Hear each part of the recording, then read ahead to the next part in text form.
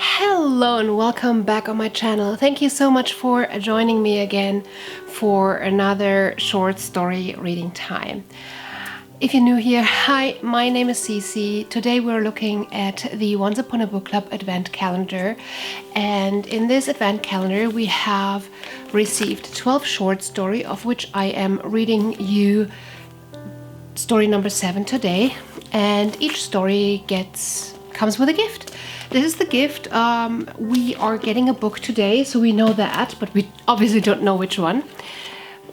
Day 7 is Share Your Joy, and it is a rather short one with only 12 pages. As you can see, I'm already in my pajamas. I am in my bathrobe, which is the cutest thing ever, but sadly it doesn't get the moisture well, but I love it. It's so cozy, and I like to cuddle up with this cozy robe and read. So go grab your favorite beverage, get cozy, and let's start into the story. Share Your Joy. The woman sitting on the stage is smiling. Not the forced smile we might expect to see on the face of someone talking to a crowd, but a genuine, happy smile. She's holding a book in her hands, a book immortalized 100 times in the posters and flyers around the room.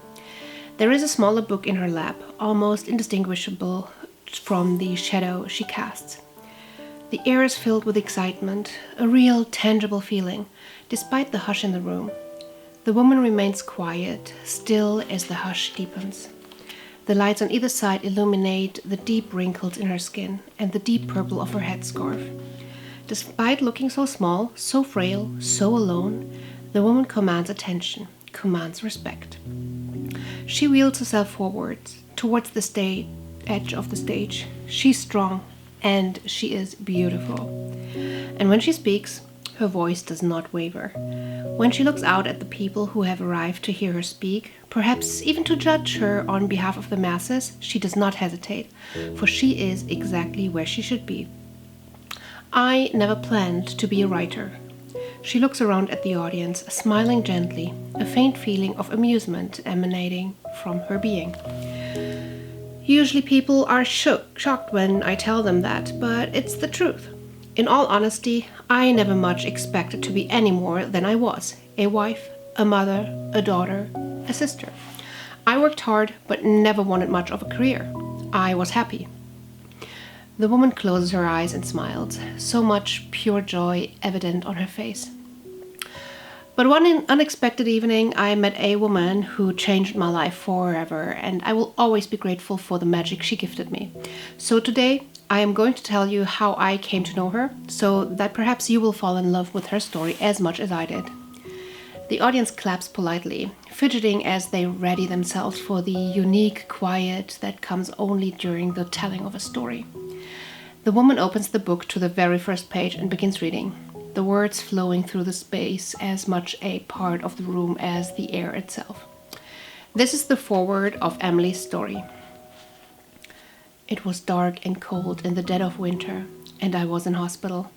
I had recently had a fall which, due to advanced osteoporosis, greatly reduced my capacity to use my legs. I was shocked and scared and full of despair at the thought of a life without walking. I was lying on my uncomfortable hospital bed, staring at the tiled ceiling, trying not to think about the strange sensations in my legs when she arrived. I remember the moment I heard her because the smile was clear in her voice, which might not seem too unusual, but in a hospital ward late at night in the dead of winter, nobody was happy. And as luck would have it, she was hastily deposited onto the bed next to mine and left to settle in. Unfortunately, Emily was utterly oblivious to the suffering surrounding her, and spent much of the early hours quietly humming, singing, eating, and generally making noise. The thin curtain between our beds did very little to mask the noise, which did very little to improve my mood, but she still seemed so content. I didn't understand it. How could a person possibly feel happy laying on a hospital bed in the middle of the night? So I asked. Not in the middle of the night, no. I wouldn't have been that nosy, but the next morning, as breakfast was being brought around, I turned to introduce myself. Emily looked exactly as I had spent the night picturing her. An older woman with silver hair pulled back into a bun, a little pale and frail looking, but her cheeks were still perfectly rosy. Her knitted cardigan had at least 8 colors in it, and I could have sworn her bag was made of carpet. She was like all our favorite storybook grandmas rolled into one. I'm sorry to say that I thought of her as nothing but a ditzy old woman. I pitied her, although it was me lying awake at night scared and upset and depressed. I was foolish.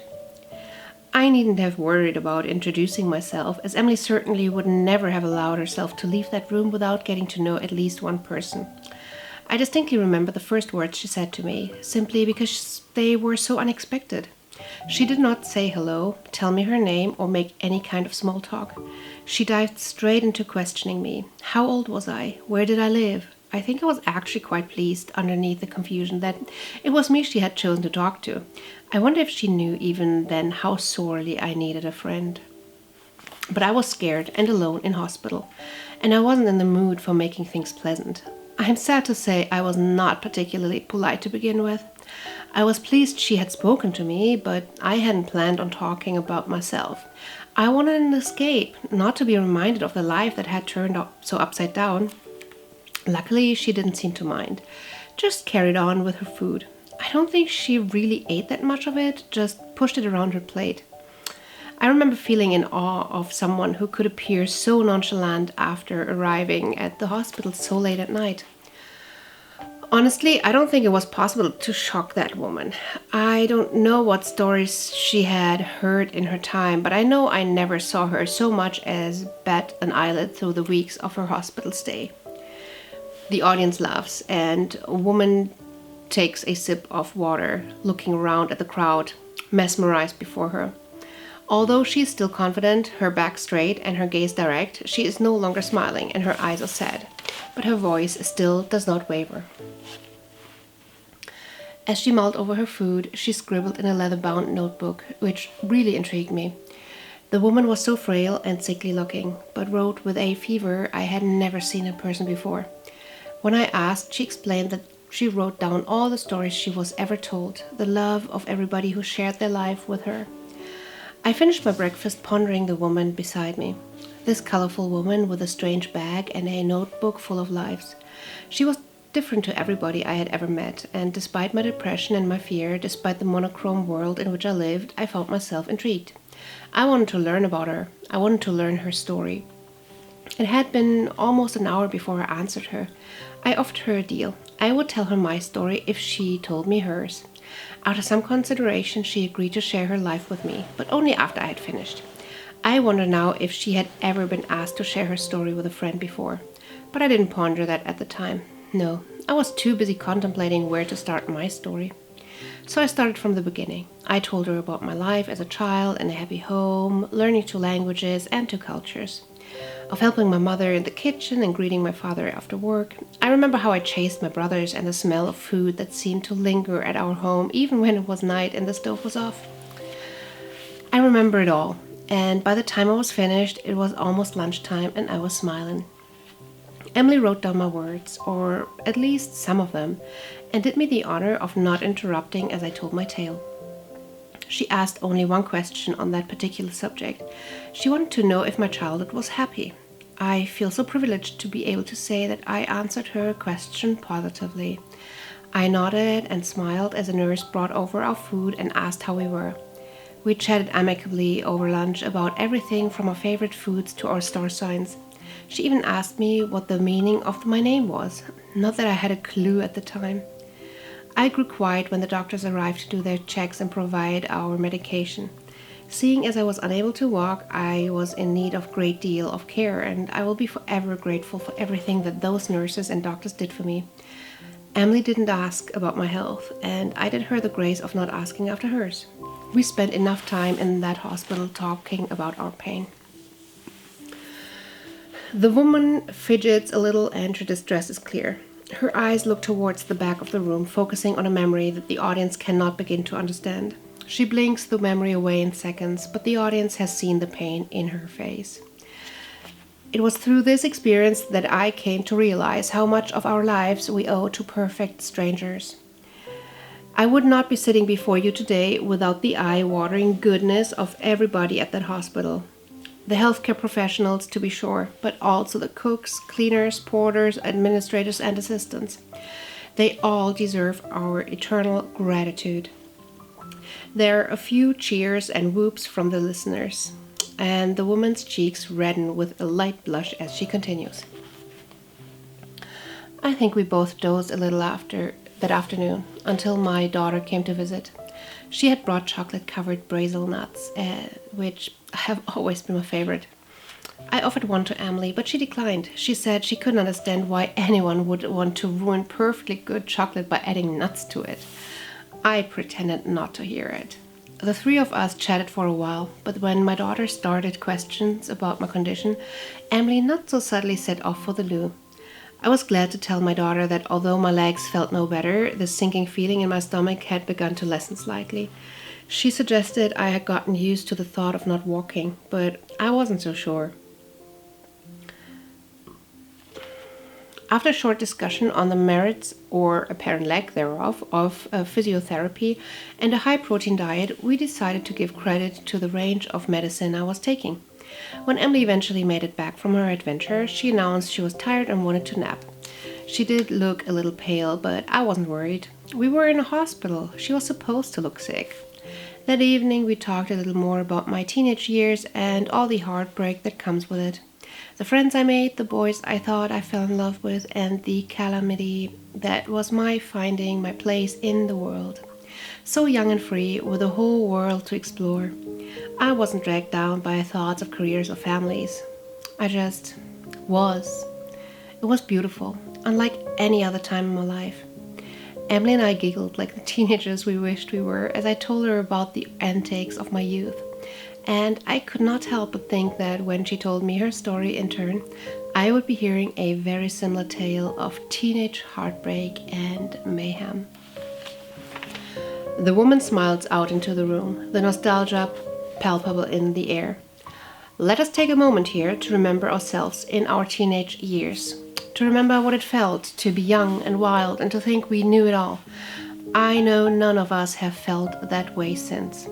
An echo of laughter ripples around the room. Friends and groups exchange meaningful glances, the kind that tell the rest of the world that they are remembering the same unique experience, linking them in ways that nobody else could possibly understand. Once the amusement wanes, the woman proceeds with her story. Over the next few days, I told Emily my story. Had we not been in hospital, it might not have taken so long, but between the meals and the doctor's visits and the physiotherapy, we didn't have a lot of time to talk. Indeed, Emily slept an awful lot, which I put down to the amount of drugs we were subject to. It became inevitable that Emily would eventually discover that the problem was in my legs. I was self-conscious at first, determined not to be seen as somehow lesser, determined not to be pitied. I need not have worried. Emily treated me no differently. She simply talked to me through the painful poking and prodding. It was after dinner one evening, after I told Emily about my wedding, that we talked about it.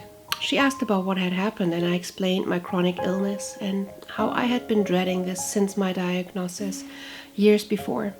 She didn't ask all the questions I had come to expect from the people I told, but assured me that she wished me every happiness.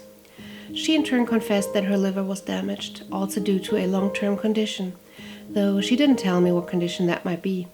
I'm not sure why I didn't ask more about it. Maybe I was addled by painkillers, maybe I just didn't want to know the truth. I was starting to understand deep down. When I wished her good luck with the treatment, she smiled sadly. I should have thought about that harder at that time. She broke the silence between us by asking more questions about my special day. I won't lie, I relished having the time to relive it again, even for just a moment. I told her about my clothes and the food and the dancing and the pure joy of being surrounded by the people I loved. She smiled through it all, and I could almost imagine her sitting among my friends and family, dancing and singing her way through the festivities. I expected her to talk about her own wedding, or perhaps about weddings she had attended in the past, but true to her word, she told me nothing of her life while I told my story. Strangely enough, The more I spoke, the more I wanted to talk. Not just because I wanted to learn about Emily's elusive life, but because it was making me feel good. I was enjoying talking about my world, enjoying talking about life's joys and woes. It made me realize I wanted to keep living, in a wheelchair or not. The woman is quiet as she looks at the audience, giving the impression of staring into the secret vulnerabilities they worked so hard to hide. Of course, this isn't the same for everyone. Losing the ability to walk was an awful feeling, and not one I would wish on anyone, but at that moment it gave me the hope I needed, the connection I was missing. I will be eternally grateful that Emily gave me that in my time in need. The audience is silent. If anyone in the room is feeling the need for any support, professional or community-based, we have included some helpful information in your leaflets. Please feel free to share this with anyone who may need it.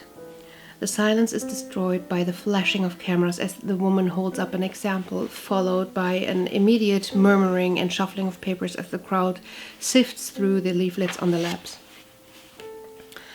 Speaking to Emily really was the highlight of my hospital experience.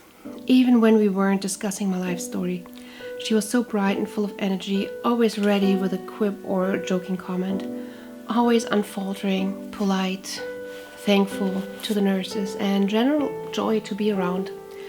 I asked her one day, after a brief discussion about my job as a secretary, which had never much interested me, but allowed me to work around my family, about how she was able to be so happy all the time.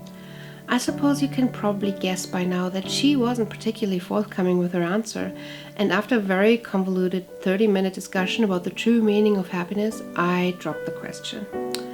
A part of me wishes I had pushed harder, but in reality it probably would have upset her. My birthday came as an utter surprise to me that year, having given up on remembering the day's date approximately 3 days into my stay.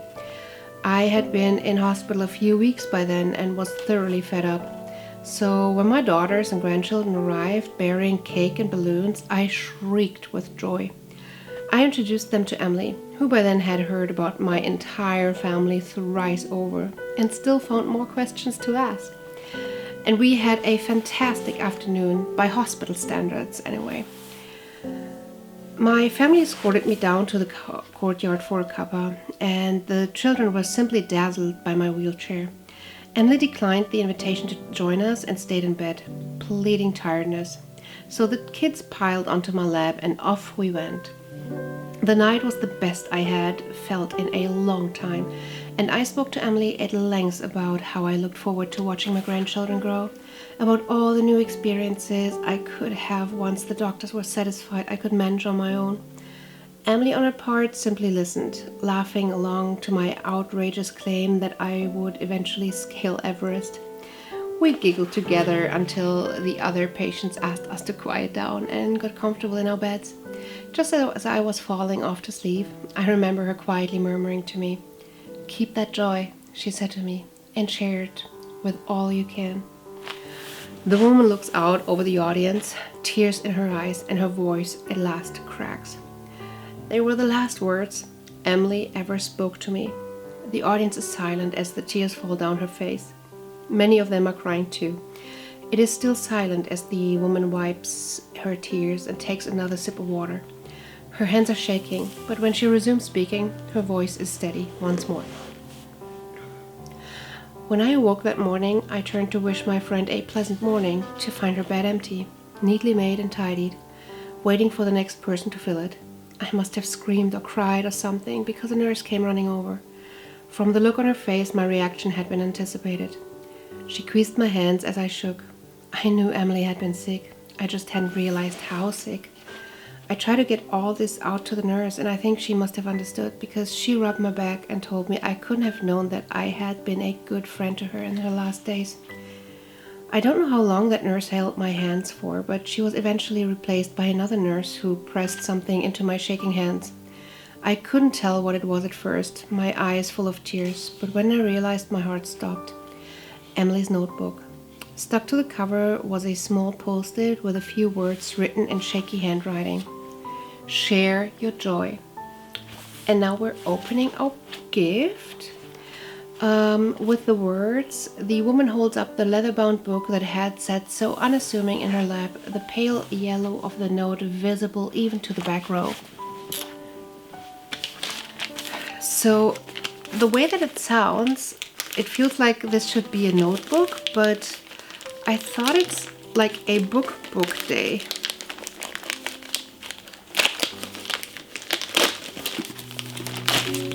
And it is. And the book is, with a poster, Share Your Joy, Little Big Love by Katie Regan. I'm a little bit disappointed. I don't know if you can see that, but this book actually looks really bad. Well, not really bad, but it looks used. Okay, so I will write to them and ask them, because this condition did not come from shipping. This condition was like this when they packed it up, and I am quite disappointed about it. Let's look into what this book is about after we finish the short story. The audience stares at her. A few sigh as understanding dawns, and even more are still trying to subtly wipe their eyes on spare tissues or the corner of sleeves. I spent days staring at that post-it. How dare she demand that of me after she had just left me? The woman smiled ruefully. I know how stupid that sounds now, but I was hurt and grieving. I spent days miserable and brooding until my youngest daughter eventually grew bored of my pining and pushed the notebook into my lap. She told me very firmly to open it. I'm so glad that she did. I must have spent hours skimming through page after page of stories. Some were short, only a paragraph exchanged on the bus. Others were considerably longer. All were titled by nothing by names. By nothing by names? All were titled by nothing by names. I couldn't fail to notice the little personal notes Emily had written through them. In one place she considered whether her muse knew he smiled every time he spoke his son's name. In another she noted how one girl ducked her head every time a man walked past. I always knew she was listening, but never had I anticipated that she would see so much. After hours of perusing, I finally found it, Farah. She had written my name surrounded by doodles of flowers and vines. It was obviously a story she had pondered over at length. The idea had me crying all over again. It was beautiful and sweet and everything a human story could be. I think she captured me beautifully. The nurses had left me a handful of other notebooks Emily had brought with her. Apparently she had not expected to recover. Part of me felt honored, a part of me felt saddened. Had this woman really no family, no friends she could have given this beautiful gift to? I resolved to find out. In one of the earlier books she had written her name in full across the cover, Emily Sands. I had a name, I had an approximate location, presuming she hadn't traveled far to the hospital. I even had at least 24 acquaintances that might remember her. With the help of the internet, a friendly librarian, and 3 very patient daughters, I was able to discover Emily's story. I even managed to track down a lot of the people Emily had spoken to, and it was through that I really got to know her. As she highlighted in her journals, a person is more than a story. They are the little tics and quirks that make them so unique. It was this belief that taught me so much in the time Emily and I had together. I realized through reading her words how much I disliked my job, how much I loved listening to the radio, and how much I loved the smell of the rain. She even managed to discover the meaning of my name, happiness. It is a name I'm working hard to live up to. So, what do I know about Emily? Well, I know she was kind, I know she was Leo, and that her name could mean rival or hardworking, depending on which source you trust. I know she was quick to love and always positive, even in the face of blatant rudeness. I know she hated hazelnuts and loved apple crumble with cold custard. I know she wrinkled her nose when she concentrated on her crossword and hummed old Queen records before she went to sleep. I know that although she spent much of her time alone, she very rarely felt alone. It was only when writing my book that I realized that I probably know this woman better than anybody else ever did. You might think this is sad, but I think when you read Emily's story, you will be blown away by the sheer joy one person had for the world. Farah, the woman, looks around at the audience she has held captive for the best part of an hour. She has never told that story in all its glory before. Perhaps she never will again. But here in this auditorium, on a dark night in the dead of winter, these people have come together to revel in the beauty of being human. Thank you so much for listening. Have a good evening and never be afraid to share your joy. The lights dim as Farah wheels herself off stage, and the audience reaches breaking point. They clap and cheer and smile and sniffle and bask in the sheer joy of being alive. This is where we leave them, enjoying the shared experience of humanity. That is always available to us if we are only willing to sit and listen to the stories we each have to tell. Now that was a beautiful ending. That was a beautiful story, maybe a little bit too loaded for me with I don't know how to explain it, but too easy peasy, morally, this is my message, straightforward. But it was cute. Now let's look at the book. Little Big Love. If any of you have already read this book, let me know if you like it and if I should put it on the top of my TBR. Liam Jones was the love of Juliet's life. He was her brother's best friend, then her best friend, then the father of a little boy. In those shining weeks after their son was born, she had never been happier, and neither had Liam. And then one night, Liam disappeared without a trace. 10-year-old Zach Hutchinson collects facts. Octopuses have 3 hearts. Usain Bolt is the fastest man on earth, but no one will tell him what happened to his father and where he went.